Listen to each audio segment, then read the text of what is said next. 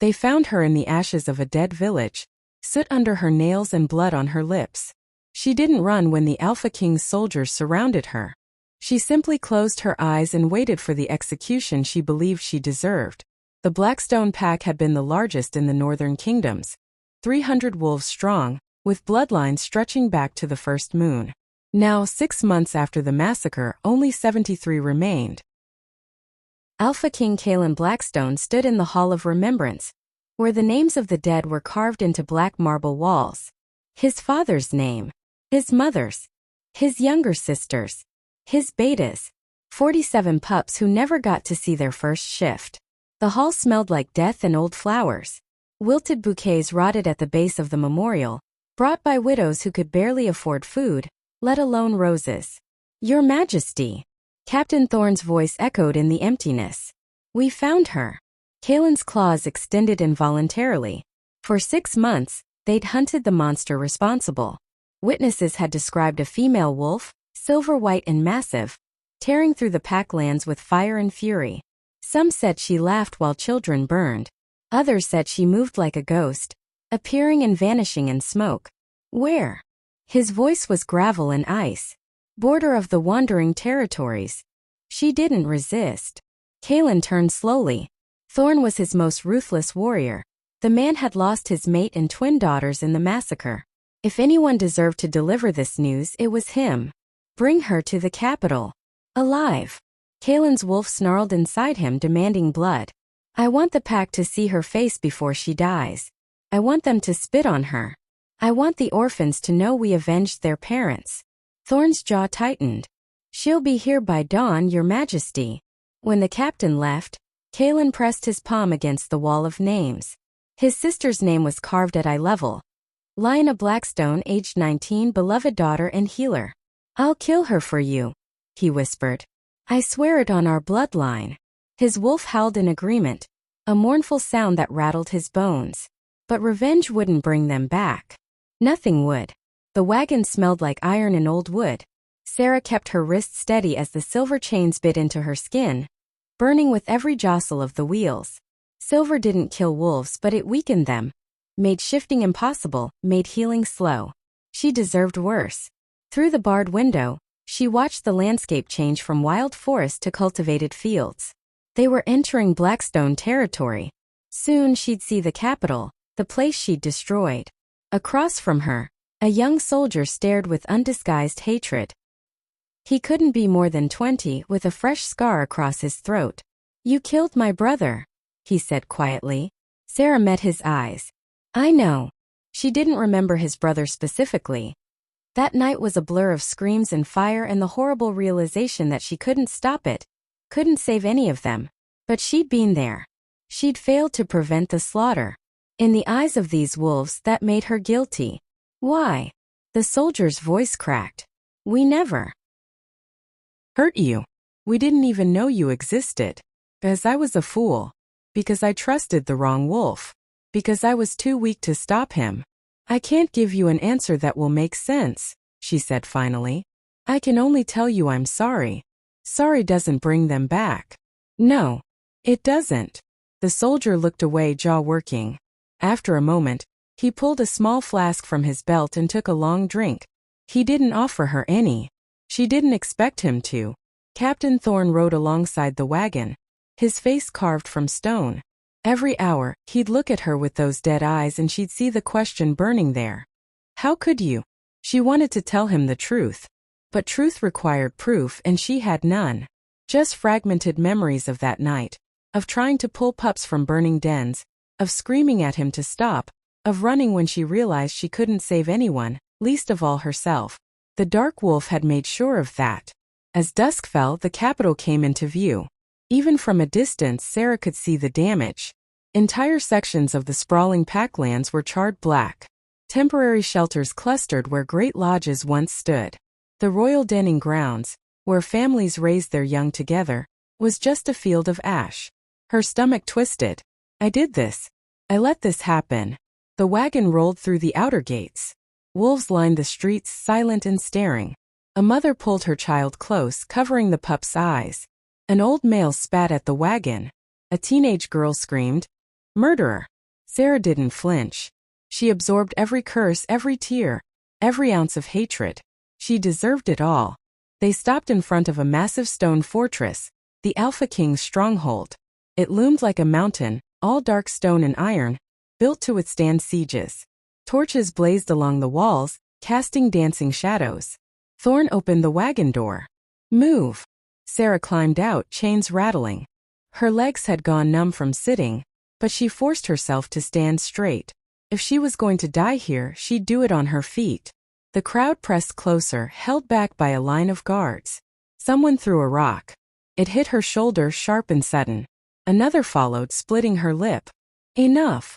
Thorn's command cracked like a whip. The Alpha King will deliver justice. Not you. They dragged her inside, through corridors lit by firelight, past rooms filled with wounded wolves still recovering from that night. She smelled infection, grief, and antiseptic. Healers moved between beds, exhausted and hollow-eyed. Lionel would have been here, Sarah thought suddenly, though she didn't know where the knowledge came from. The Alpha King's sister. She was a healer. She died trying to save others. How did she know that? The throne room doors opened with a groan of ancient hinges.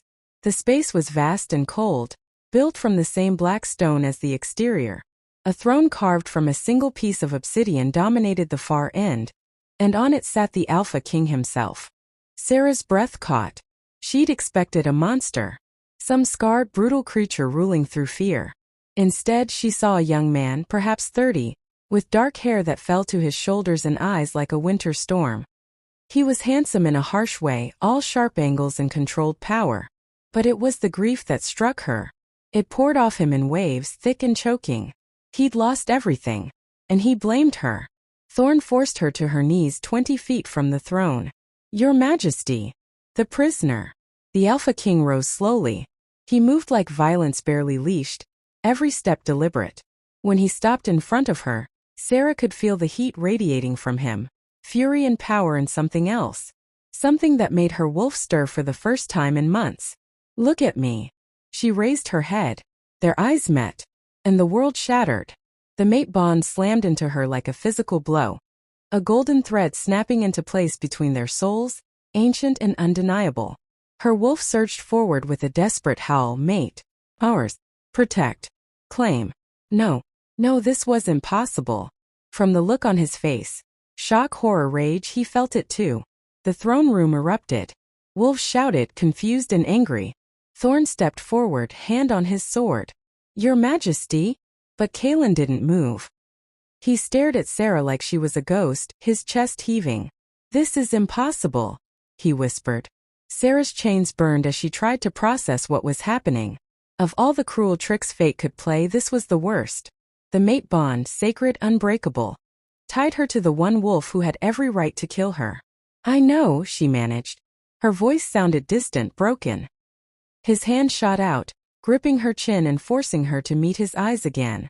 The touch sent electricity racing through her, the bond singing with recognition and need. You destroyed my pack, he growled, and his wolf was in his voice now, primal and furious. You killed my family, my friends, children. I know. And now you're my mate? The word came out like a curse. She said nothing. What could she say? He released her suddenly, stepping back as if she'd burned him.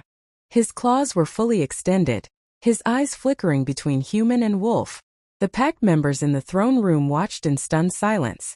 This had never happened before. A mated pair on opposite sides of genocide. Kalen turned to face his pack, and when he spoke, his voice carried the full weight of his alpha command. She is not to be killed. Gasps. Angry mutters. Your Majesty, Thorn began. She is my mate. Kalen's words were sharp as broken glass. And she will stand trial. If she is found guilty, she will be executed according to pack law. But I will decide her fate. Not vengeance. Not rage. He paused, and the next word seemed to tear from his throat. She's not a killer. She's my mate. The dungeons beneath the Blackstone fortress were older than the kingdom itself. Carved from living stone during the first wars between wolf and vampire, they were designed to hold creatures far more dangerous than rogue wolves. Sarah's cell was 10 feet square. with walls that wept moisture and a single torch burning in the corridor beyond the iron bars. The silver chains had been replaced with regular iron, a small mercy that allowed her wolf to breathe, if not break free. She sat with her back against the cold stone, eyes closed, trying to steady her racing heart. Mate. The word echoed through every fiber of her being. Her wolf whined and paced, desperate to return to him, to complete the bond, to submit and claim and fix what was broken between them. But nothing could fix this. Sarah had spent 6 months running from what she'd witnessed, drowning in guilt, waiting for death to find her. She'd almost welcomed the soldiers when they'd surrounded her in that burned village. At least execution would end the nightmares. She never imagined her fated mate would be the one to deliver that execution. Footsteps echoed in the corridor. Multiple sets, guards by the sound of it. She didn't bother opening her eyes until they stopped in front of her cell. The Alpha King wants to see you. Captain Thorne's voice was flat, emotionless. Now. 2 guards entered and hauled her to her feet. They weren't gentle, but they weren't cruel either.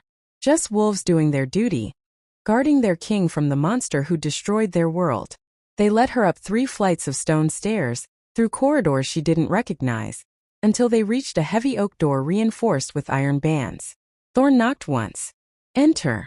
The voice sent shivers down her spine, not from fear, but from the mate bond's desperate pull. The room beyond was clearly the Alpha King's personal study. Massive windows overlooked the damaged packlands, now silver with moonlight. Maps covered one wall, marking territories and pack alliances. A desk dominated the center, buried under reports and ledgers. And there, silhouetted against the window, stood Kalen Blackstone. He'd changed from his formal throne room attire into simple dark pants and a loose shirt that did nothing to hide the predatory power of his frame. His hair was tied back now, revealing the strong line of his jaw and the exhaustion carved into his features. He didn't turn when she entered. "Leave us," he said quietly. Thorne stiffened. "Your Majesty, I don't think." "I said leave us, Captain." The Alpha command in those words was undeniable. "Postguards outside. If I need you, you'll hear me." The guards retreated, clearly unhappy. The door closed with a heavy thud, and then they were alone. Silence stretched between them, thick with tension and the mate bond's insistent hum. Sarah could feel it pulling at her, urging her closer, whispering that everything would be okay if she just submitted, if she just let him claim her. Her wolf was an idiot. "Do you know what today is?" Kalen asked finally, still facing the window. "No. 6 months exactly since the massacre." He turned then, and the moonlight caught his face. His eyes were red-rimmed, whether from exhaustion or tears she couldn't tell. 6 months since I was at the eastern border, negotiating trade agreements with the Riversong Pack, completely unaware that my entire world was burning. Sarah's throat tightened. "I'm sorry." "Don't." The word cracked like a whip. "Don't apologize. Don't offer me empty words. Just tell me the truth." He moved toward her with predatory grace, stopping just outside of arm's reach. "Why did you do it?" "I didn't." She stopped, forced herself to meet his eyes. "I was there. I tried to stop it, but I failed." "You tried to stop it." His laugh was bitter, broken. "Witnesses saw a silver-white wolf tearing through the pack grounds. They saw fire and death following in your wake. Are you telling me they're all lying?" "No. They saw what they saw. But they didn't see everything." "Then tell me what they didn't see." He stepped closer and she could feel the heat of him, smell his scent. Pine and wood smoke and something wild. The mate bond sang with proximity, making her skin tingle. "Tell me why I shouldn't execute you at dawn and be done with this nightmare." Sarah's hands clenched into fists. There was another wolf. A dark wolf, ancient and powerful. The memories tried to surface, but they were fragmented, incomplete. "He used me. Used my power. I didn't understand what was happening until it was too late." "A dark wolf." Kalen's voice dripped with skepticism. "How convenient. An invisible enemy to blame. I know how it sounds. But it's the truth." "Truth." He was right in front of her now, close enough that she could see the flecks of gold in his gray eyes. "The truth is that my 6-year-old nephew burned to death calling for his mother. The truth is that my sister died with healing herbs still clutched in her hands, trying to save wolves who were already dead. The truth is that I can't sleep without seeing their faces, without hearing their screams. His hand shot out, gripping her jaw, not painfully but firmly, forcing her to hold his gaze. The touch sent electricity shooting through her, the mate bond roaring to life. And the truth, he continued, his voice dropping to a growl, is that my wolf wants to claim you. Right here, right now. It doesn't care about justice or revenge or the 73 orphan wolves depending on me for answers. It just wants its mate. Sarah's breath hitched. She could feel his internal struggle. The war between man and wolf, between duty and instinct. I feel it too, she whispered. The pull. It's unbearable. For a moment something flickered in his eyes, understanding maybe or shared pain. Then it was gone, replaced by cold fury. He released her abruptly and stepped back. Tell me about this dark wolf. Everything you remember. Sarah wrapped her arms around herself, suddenly cold without his proximity. I don't remember much. It's like parts of that night are missing. Stolen. How convenient. I'm not lying. The words burst out of her, sharp with frustration. Do you think I want this? Do you think I want to be tied to you, knowing I can never have you? Knowing you'll always see me as the monster who destroyed everything you loved? The outburst seemed to startle him. Good. She was tired of being meek, tired of accepting blame for sins she didn't fully commit. I was in the wandering territories, she continued, the words spilling out now. I'd been traveling alone for years, avoiding packlands, avoiding trouble. Then he found me. The Dark Wolf. He said he could teach me to control my power. I'm an Omega with alpha strength, a freak of nature. He said he could help me find a pack that would accept me. And you believed him. I was lonely. Desperate. She met Kaylin's eyes, refusing to look away. He spent months earning my trust, teaching me things about my wolf, about the old magic that runs in some bloodlines. I thought he was my friend, my mentor. What happened the night of the massacre? The memories were fragmented, but she forced herself to grasp at them. He said he'd found a pack that might take me in. The Blackstone pack. Said your father was known for his wisdom and mercy. We traveled here together, arriving at dusk. Her hands were trembling now. Kaylin noticed, his expression flickering with something that might have been concern. He performed some kind of ritual at the border, drew symbols in the dirt, spoke in a language I didn't recognize. Said it was a traditional greeting, showing respect to the pack's territory. She squeezed her eyes shut. I felt strange afterward. Disconnected. Like I was watching myself from far away. You're saying he possessed you? I don't know. Maybe. All I know is that one moment I was standing at the border, and the next I was in the middle of your packland, surrounded by fire and screaming, and I couldn't stop moving. Couldn't stop my claws or my fire or... Her voice broke. I tried. I swear I tried to stop. Fire. Kaylin's voice sharpened. You have fire magic? It's rare in wolves, but yes.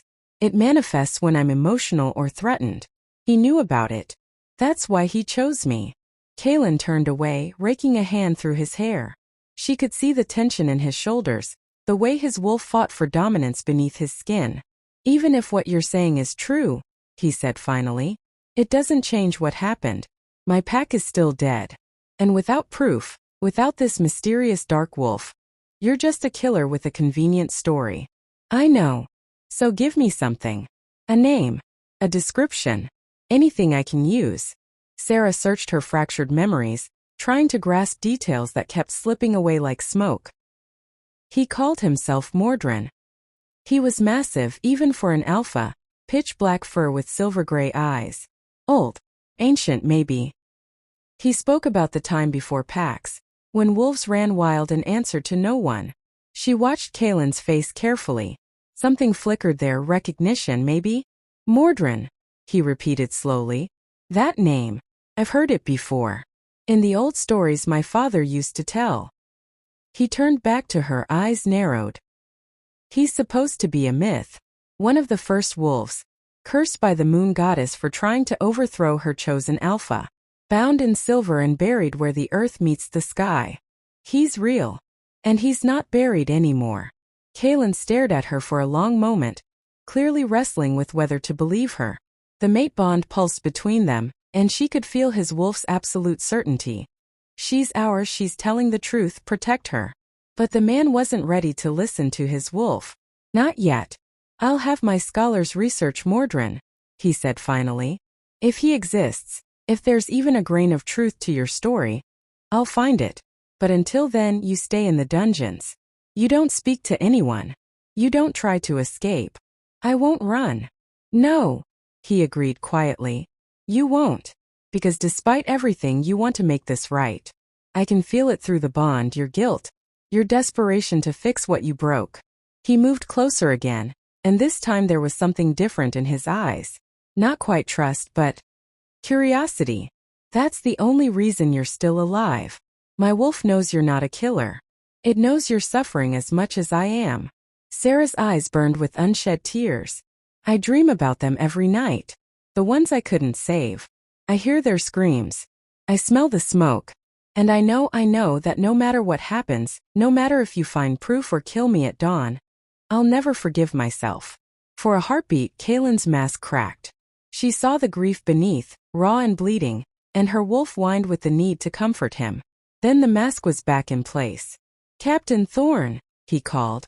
The door opened immediately. Thorne and 2 guards entered, hands on their weapons. Take her back to her cell. Kaylin didn't look at her as he spoke. Double the guards. No one speaks to her without my permission. As they led her toward the door, Sarah couldn't help herself. She looked back at him, silhouetted once more against the window. I know you won't believe me, she said softly. But I'm glad I'm yours. Even if I can never truly have you, even if you kill me tomorrow, I'm glad the moon goddess chose you for me. You deserved better than a broken mate, but I'm glad it's you. Kaylin's shoulders tensed, but he didn't turn around. They took her back to the dungeons, back to the cold and the dark and the weight of her guilt. But something had shifted between them. She'd felt it in the way he'd touched her, the way he'd listened to her story despite his anger. He wanted to believe her. His wolf did believe her. Now she just had to prove it before his duty to his pack overwhelmed his bond to her. Back in his study, Kaylin stood at the window until dawn painted the sky pink and gold. His wolf was howling, furious that he'd sent their mate away. Ours. Protect. Claim. She needs us. She killed our family, he said aloud, trying to convince himself. She's broken. She needs us. Mate. He pressed his forehead against the cold glass. The mate bond was agony, every instinct screaming at him to go to her, to comfort her, to accept her story without question. But he was an alpha king. He couldn't afford to trust his heart over his head. Still, as the sun rose over his damaged kingdom, Kaylin found himself thinking about the tears in her eyes, the genuine horror when she'd spoken about that night. And he thought about the name she'd given him, Mordrin. If that ancient nightmare was real, if he'd been manipulated and used just like she claimed, then Kaylin had been hunting the wrong enemy for 6 months. And his mate, his broken, guilt-ridden mate, was as much a victim as his slaughtered pack. Moon goddess, help me, he whispered to the dawn. What do I do? The only answer was the mate bond, pulsing steady and strong, tying him to the woman in his dungeons. The woman he'd sworn to execute. The woman his wolf would die protecting. Have you ever felt torn between what you want and what you know is right? Drop your thoughts below. Broken Heart Crescent. For 3 days, Kaylin buried himself in the royal archives. The library was ancient, housed in the oldest tower of the fortress. Dust motes danced in shafts of sunlight that filtered through narrow windows. Shelves stretched from floor to ceiling, packed with texts that chronicled thousands of years of wolf history.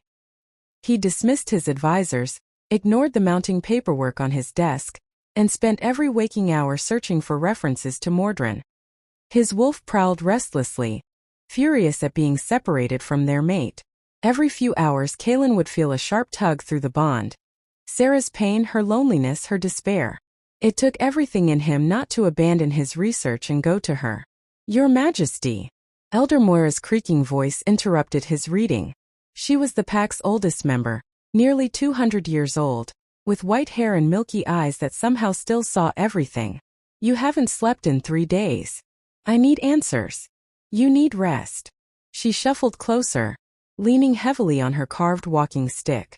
The pack is worried. They see their king falling apart over the woman who destroyed them. She didn't. He stopped himself, jaw clenching. I'm investigating. That's all. You're suffering. Moira's hand, gnarled with age, touched his shoulder. The mate bond is a beautiful curse, isn't it? It doesn't care about politics or justice. It just is. Kaelin closed the book in front of him. A text on ancient wolf legends from the Age of Chaos. Did you ever hear my father speak of Mordrin? Moira's face went very still. Where did you hear that name? She told me. The prisoner. She claims Mordrin used her to destroy the pack. The elder was quiet for a long moment. When she spoke again, her voice was barely a whisper. I was a child when your great-grandfather told me the story. Most dismissed it as legend. A cautionary tale to keep young wolves from straying into dark magic. She moved to the window, staring out at the mountains. Mordrin was real, your majesty.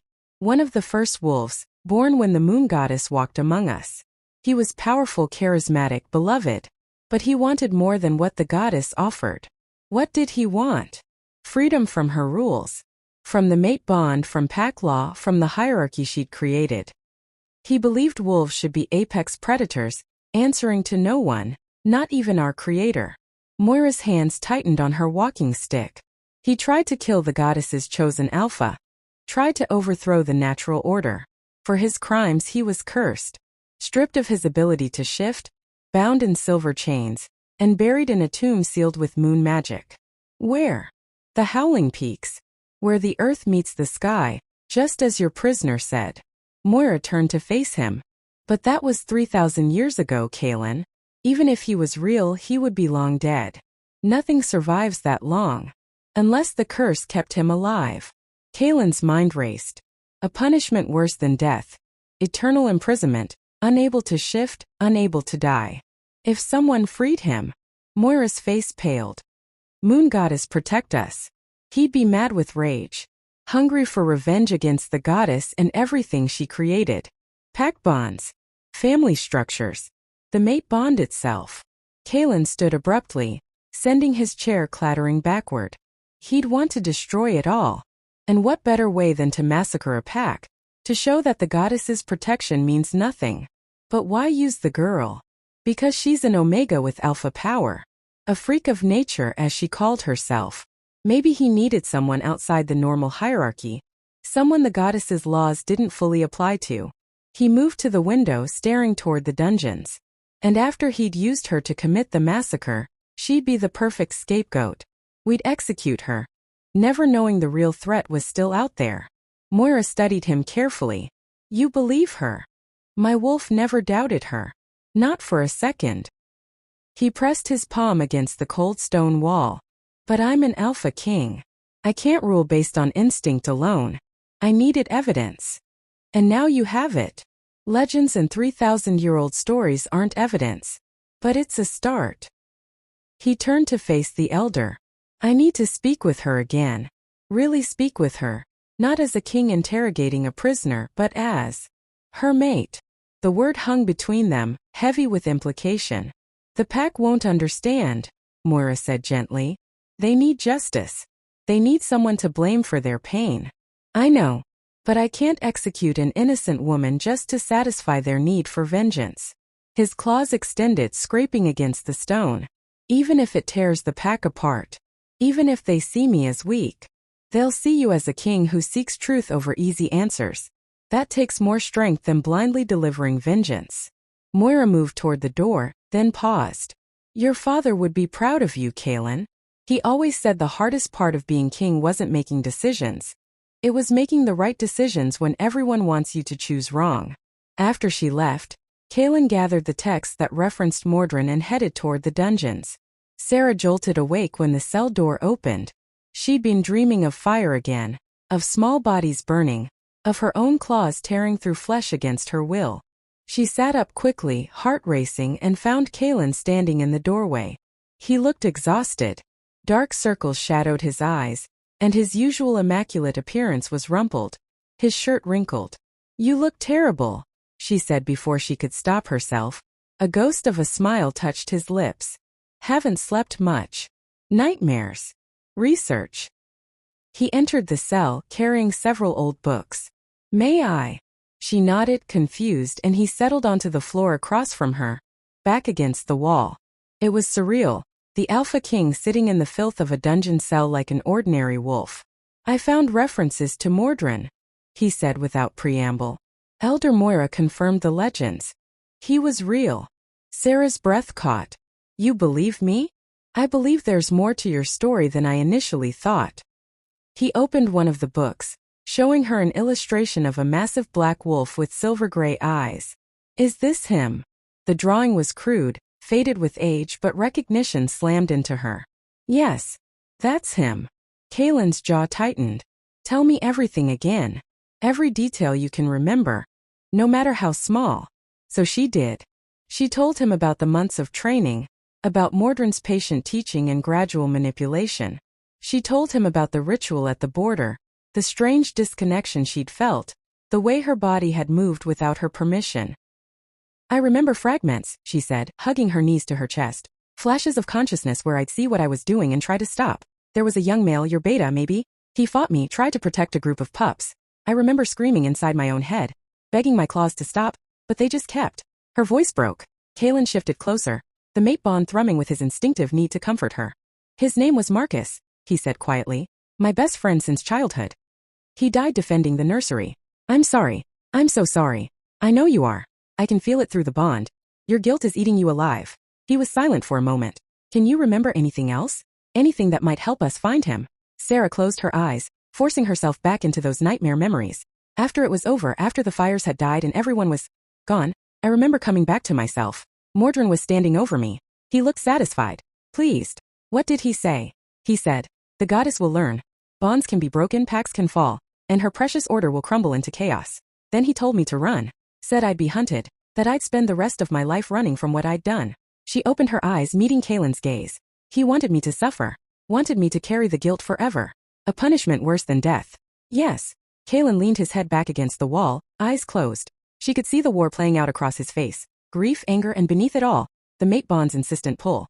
I've been so angry, he said finally. For 6 months I've fed on rage because it was easier than facing the grief. Easier to hunt you than to accept that I wasn't here when my pack needed me most. You couldn't have known. I should have been here. His eyes opened, meeting hers with raw pain. I'm the Alpha King. My duty is to protect them and I failed. Just like you feel you failed to stop Mordrin, I feel I failed by not being here. The parallel hung between them. Two wolves drowning in guilt over circumstances beyond their control. We're quite a pair, Sarah said with a bitter laugh. The broken Omega and the grieving King. Fated mates. There was something in his voice now, not quite acceptance but acknowledgement. The moon goddess has a twisted sense of humor. Or maybe she knew we'd understand each other's pain. Maybe that's why. She stopped herself. Why what? Maybe that's why she tied us together. So we could heal together. Or destroy each other. I'm not sure which yet. Kaylin studied her for a long moment, and she felt the intensity of his focus like a physical touch. You're not what I expected. What did you expect? A monster. A killer without conscience or remorse. He shifted, moving slightly closer. But you're just broken. Like me. Disappointed. Relieved. The admission seemed to surprise him as much as it surprised her. It's easier to hate a monster. But you're real. Complicated. You feel everything too deeply and blame yourself for sins that weren't entirely yours. They were my claws. My fire. Even if Mordrin controlled me, I still did it. Did you? Kaylin leaned forward. If someone puts a knife in your hand and forces you to stab someone, are you the murderer? Or is the one controlling you? I don't know. Does it matter? The result is the same. It matters to me. The words settled between them, heavy with meaning. Sarah felt the mate bond flare, responding to the shift in his emotions, from cold interrogator to something warmer, more complex. Why? She whispered. Because you're my mate. And despite everything, the deaths, the grief, the impossible situation we're in, I can't kill you. My wolf won't let me. And the more I learn, the more I talk to you, the less I want to. Hope fluttered in her chest, fragile and terrifying. What are you saying? I'm saying I need more time. To investigate Mordrin, to find proof of what really happened that night. To figure out if there's a way to fix this nightmare we're both trapped in. He reached out slowly, giving her time to pull away. When she didn't, his hand cupped her cheek. The touch sent electricity racing through her. The mate bond singing with joy. I'm saying that maybe the moon goddess didn't make a mistake. Maybe she knew exactly what she was doing when she tied us together. Sarah leaned into his touch, starving for connection after months of isolation. Your pack will never accept me. Then I'll convince them. Or I'll force them. I'm the Alpha King, my word is law. They deserve justice. They deserve the truth. And I'm going to give it to them. His thumb brushed across her cheekbone, gentle despite his strength. But first, I need you to do something for me. Anything. Stop blaming yourself. Stop drowning in guilt for something you couldn't prevent. Mordrin used you, manipulated you, turned you into a weapon. That's on him, not you. Tears spilled down her cheeks. I can't just forgive myself. Then let me help you.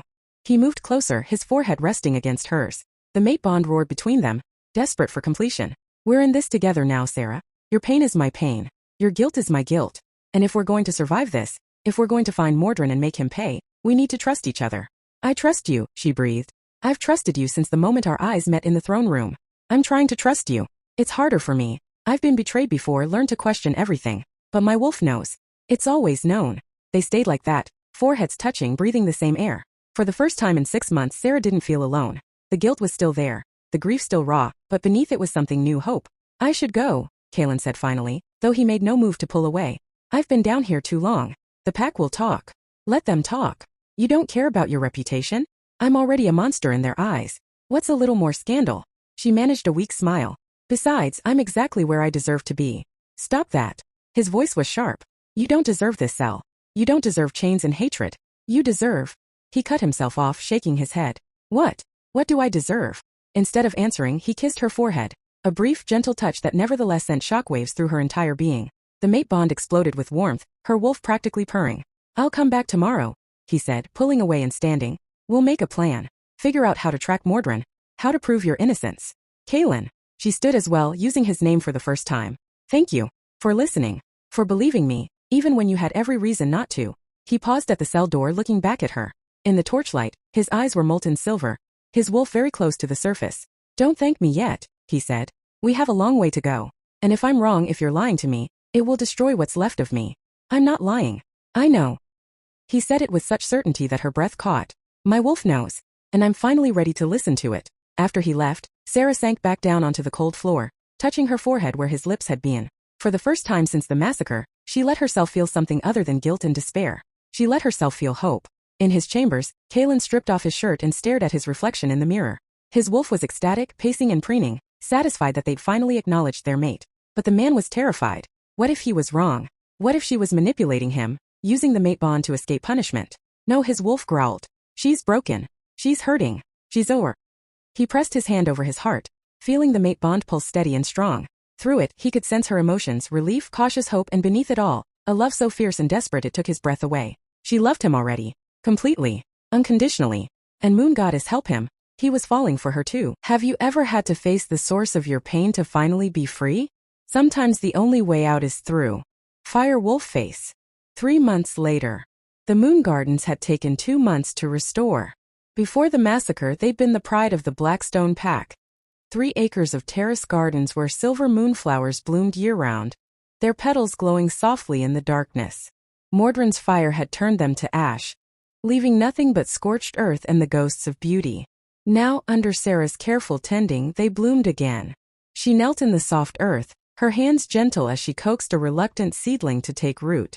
Her fire magic, once a weapon of destruction, had become a tool of creation. She could encourage growth, warm the soil, breathe life into struggling plants. You're doing it again, a familiar voice said from behind her. Sarah smiled without turning around. Through the mate bond, she'd felt Kaelin approaching long before he spoke. Doing what? Working when you should be resting. He settled beside her, his presence warm and solid. The healers said you need to take it easy. I am taking it easy. Gardening is peaceful. You've been out here since dawn. It's past midday. His hand covered hers, stilling her work. Come inside. Have lunch with me. The gardens will still be here this afternoon. She turned to face him, taking in the changes 3 months had wrought. The grief lines around his eyes had softened, though they'd never fully disappear. He smiled more now, genuine smiles that reached his eyes and made her heart skip. The crown he'd worn so heavily now sat lighter on his brow. Only if you promise to help me plant the memorial grove this evening, she countered. Deal. They walked hand in hand through the restored gardens, past fountains that had been rebuilt and pathways that had been relaid. Everywhere Sarah looked, she saw signs of healing, both in the physical spaces and in the wolves who tended them. A group of young pups played near one of the fountains, their laughter bright and carefree. One of them, a little girl with dark curls, waved at Sarah as they passed. Luna, Sarah. Look what I made. She held up a crown woven from silver moonflowers. Sarah's throat tightened. 3 months ago, these children had looked at her with fear and hatred. Now they called her Luna, their queen, and brought her flower crowns. It's beautiful, Maya, she said warmly, crouching down. Did you weave it yourself? Elder Moira taught me. She said the Luna should always wear flowers. The little girl's face grew more serious. Is it true you're gonna have a baby? Sarah's hand moved instinctively to her still flat stomach. The pregnancy was barely 6 weeks along, not yet announced to the pack. But wolves had keen senses. Apparently, the children had noticed. Yes, she said softly, glancing at Kaylin, who was grinning like a fool. In about 7 months, you'll have a new prince or princess to play with. Maya's squeal of delight brought the other pups running. Within moments, Sarah was surrounded by excited children asking questions about the baby, whether it would be a boy or girl, if they could help take care of it. Kaylin rescued her eventually, scooping her up despite her protests and carrying her toward the fortress while the pups giggled and chased after them. You didn't have to do that, Sarah laughed as they entered the cool stone corridors. You were about to be mobbed by overenthusiastic pups. I absolutely had to do that. He set her down gently, his hand lingering on her waist. Besides, I like carrying you. Makes my wolf feel useful. Your wolf is ridiculous. Your wolf is perfect, he countered, stealing a quick kiss. And I'm completely besotted with both of you. They took lunch in the private dining room adjacent to their chambers, a space that had become their sanctuary. The table was already set with simple fare. Fresh bread, cheese, fruit, and the spiced meat pies that Sarah had developed a craving for. The council wants to formalize the memorial ceremony, Kaylin said as they ate. Captain Thorne suggested doing it on the anniversary of the massacre, 6 months from now. Sarah set down her fork, her appetite suddenly gone. That makes sense. You don't have to attend if you're not ready. No one would blame you. I want to attend. I need to. She met his eyes, drawing strength from the mate bond. Those wolves deserve to be remembered. And I need to face it, to stand there and acknowledge what happened, even if it still hurts. It will always hurt, Kaylin said gently. For both of us. But the pain gets easier to carry when we carry it together. She reached across the table, taking his hand. How did I get so lucky? After everything I did, everything that happened, how did I end up with you? You didn't do anything except survive. And as for luck. He brought her hand to his lips, kissing her knuckles. I think the moon goddess knew exactly what she was doing. She gave me a mate who understands loss, who's strong enough to help me rebuild, and brave enough to face her worst nightmare so we could have a future together. I'm not that brave. You're the bravest wolf I know. You faced Mordrin. You face my pack's hatred. You face your own guilt every single day and choose to keep going. His thumb stroked across her knuckles. That's what courage looks like, Sarah. Not the absence of fear, but moving forward despite it. Before she could respond, a knock at the door interrupted them. Enter, Kaylin called. Elder Moira shuffled in, leaning on her walking stick, her ancient face creased with concern. Your Majesty, Luna. I apologize for interrupting, but we have visitors. What kind of visitors? Alphas. From the neighboring packs. Moira's expression was unreadable. Word has spread about Mordrin, about what happened here. They've come to offer alliance, and to see the proof for themselves. Kaylin exchanged a glance with Sarah. They'd known this was coming. The story of an ancient wolf manipulating a massacre to destroy the mate bond had spread through the supernatural world like wildfire. Some packs believed it. Others were skeptical. How many? Sarah asked. 5 alphas and their entourages. The Riversong pack, the Ironwood pack, the Stormcrest pack, the Willowmere pack, and the Shadowfen pack. Moira paused. They're waiting in the Great Hall. Tell them we'll be there shortly, Kaylin said. After Moira left, he turned to Sarah. You don't have to do this. I can handle the alphas alone. No. We do this together. She stood, smoothing her simple dress. She'd refused to wear elaborate gowns, preferring practical clothing that let her work in the gardens. They need to see us both. Need to see that we're united. Are you sure? She wasn't. The thought of facing 5 strange alphas, all of them judging her, was terrifying. But she'd faced Mordrin and survived. She could handle this. I'm sure. The great hall was packed. 5 alphas occupied the high-backed chairs that had been arranged in a semicircle facing the throne. Behind them stood their betas, guards, and advisors, over 50 wolves in total, all watching with intense curiosity as Kaelin and Sarah entered. Kaelin wore his formal robes and crown. Sarah wore her simple dress and the flower crown Maya had made, a deliberate choice that made several of the visiting wolves murmur in surprise. They took their places, Kaelin on his throne, Sarah standing beside him with her hand resting on his shoulder. A united front. Alpha King Blackstone, the eldest of the visiting alphas, spoke first. He was massive, gray-furred with scars crisscrossing his face. Alpha Tauren of the Ironwood Pack. We've come seeking truth. Stories have reached us. Tales of ancient wolves, dark magic, and massacres blamed on innocent mates. We need to know. Is this truth or convenient fiction? Kaelin's expression remained neutral. It's truth.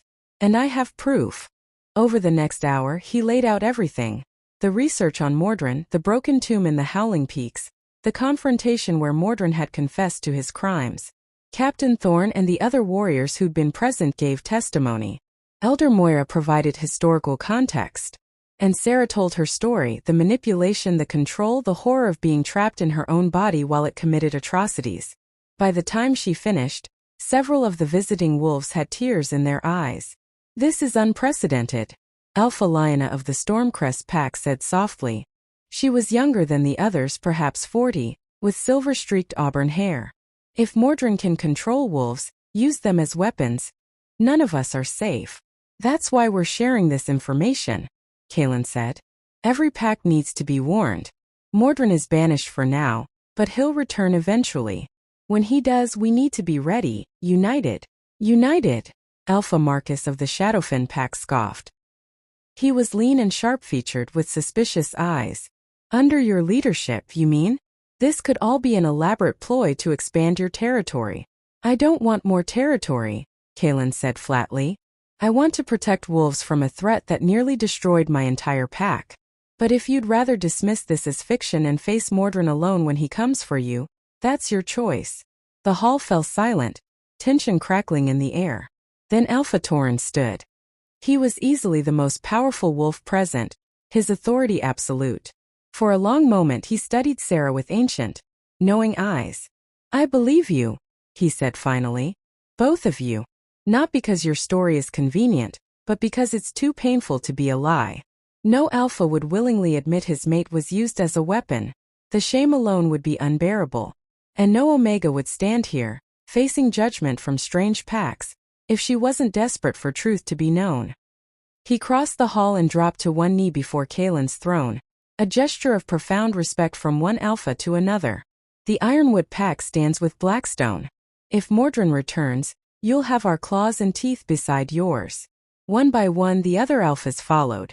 Even suspicious Marcus eventually knelt, though he did so grudgingly. We'll form a coalition, Alpha Lyanna suggested. Share information, train together, prepare for Mordrin's return. And we'll spread the word to every pack on the continent. This threat concerns us all. Agreed, Kaelin said. We'll hold a summit here in 3 months. Every pack is invited to send representatives. Together, we'll be stronger than Mordrin could ever anticipate. As the alphas filed out, making arrangements to stay in Blackstone territory for a few days, Alpha Tauren paused beside Sarah. Your Majesty, he said quietly. I lost my mate 40 years ago. The bond breaking nearly killed me. What you and your king have, it's rare. It's precious. Don't let guilt or fear poison it. You've suffered enough. Sarah's eyes burned with tears. Thank you, Alpha Tauren. After the hall cleared, she sagged against Kaelin, exhausted. You were magnificent, he murmured, wrapping his arms around her. Every word, every moment, you were perfect. I was terrified. I know. But you didn't let it stop you. He kissed the top of her head. Come on. Let's get you rested. You've earned it. That evening, the memorial grove was planted as the sun set, painting the sky in shades of gold and crimson. 73 trees, one for each surviving pack member, formed a circle around a central clearing. In the center, Kaylin and Sarah planted a massive oak together, its roots watered with their combined blood according to ancient tradition. This tree represents our pack, Kaylin explained to the gathered wolves. Born from loss but growing strong. Its branches will shelter future generations. Its roots will anchor us when storms come. And every year on this day we'll gather here to remember those we lost and celebrate those who survived. As twilight deepened, wolves began hanging tokens on the tree's branches. Photographs, favorite toys, pieces of jewelry that had belonged to the dead. Maya hung a small wooden butterfly in memory of Captain Thorne's daughter. Sarah hung a silver chain that had belonged to Lyanna, the healer princess who died trying to save others. Kaylin had given it to her weeks ago, a gesture of trust and acceptance that had made her weep.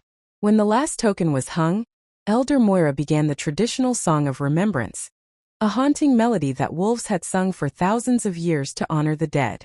Sarah's voice joined the others, tears streaming down her face but her heart lighter than it had been in months.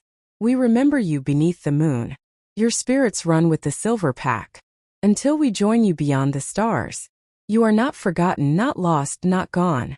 As the song faded, Kaylin took Sarah's hand and led her away from the crowd, toward a small hill overlooking the grove. I have something for you, he said, reaching into his pocket. Kaylin, you've already given me so much. Hush. Let me do this properly. He pulled out a simple silver ring, carved with moon phases and delicate wolves. I know we're already bonded. I know the mate bond is stronger than any marriage ceremony. But I want to do this right. I want to ask, not assume.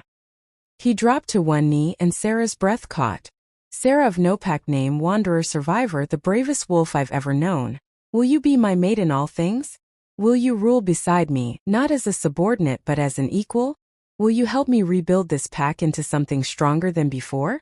Will you love me through the nightmares and the healing? Through grief and joy? Through every sunrise and moonrise for the rest of our lives? Yes, she sobbed. Yes to everything. Yes forever. He slipped the ring onto her finger, then stood and kissed her, deep and tender and full of promise. Through the mate bond, she felt his love pouring into her, warm and constant and unshakable. When they finally broke apart, the gathered pack was watching from the grove below. Captain Thorne started howling, a joyful sound that was picked up by the others until the entire pack sang to the rising moon. They accept me, Sarah whispered, awed. They really accept me. They love you, Kaylin corrected, because you've shown them what it means to be strong, to face your worst fears and come out the other side still capable of love and hope and forgiveness. I learned that from you.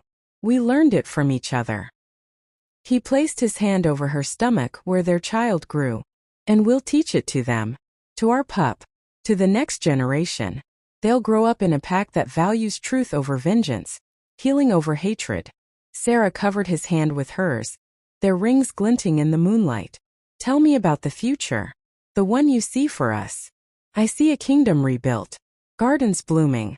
Children playing without fear. I see you, round with our child, laughing as I insist on carrying you everywhere. I see our pup taking their first steps in these gardens, surrounded by wolves who love them fiercely. Keep going, she urged, needing to hear it. I see us growing old together, gray-furred and slow but still holding hands, still sneaking away to be alone together. I see grandpups climbing on us, demanding stories about the time we faced an ancient evil and won. His voice grew thick with emotion. I see a love that doesn't just survive tragedy. It thrives because of it, grows stronger, becomes unbreakable. That's a beautiful future. It's our future. And we're going to fight for every moment of it.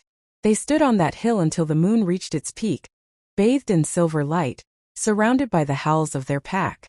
Below them, the memorial grove stood as a testament to loss and survival. The gardens bloomed with new life. The fortress walls, once scorched and broken, stood strong and whole. And in the dungeons where Sarah had once waited for execution, young wolves now trained, learning to fight, to defend, to protect the pack from threats both ancient and new. The Blackstone pack had been shattered, but from the ashes they'd built something stronger, something unbreakable, a pack that valued truth over easy answers, A pack that understood grief but refused to be consumed by it. A pack that knew love, true mate bond love, could survive anything.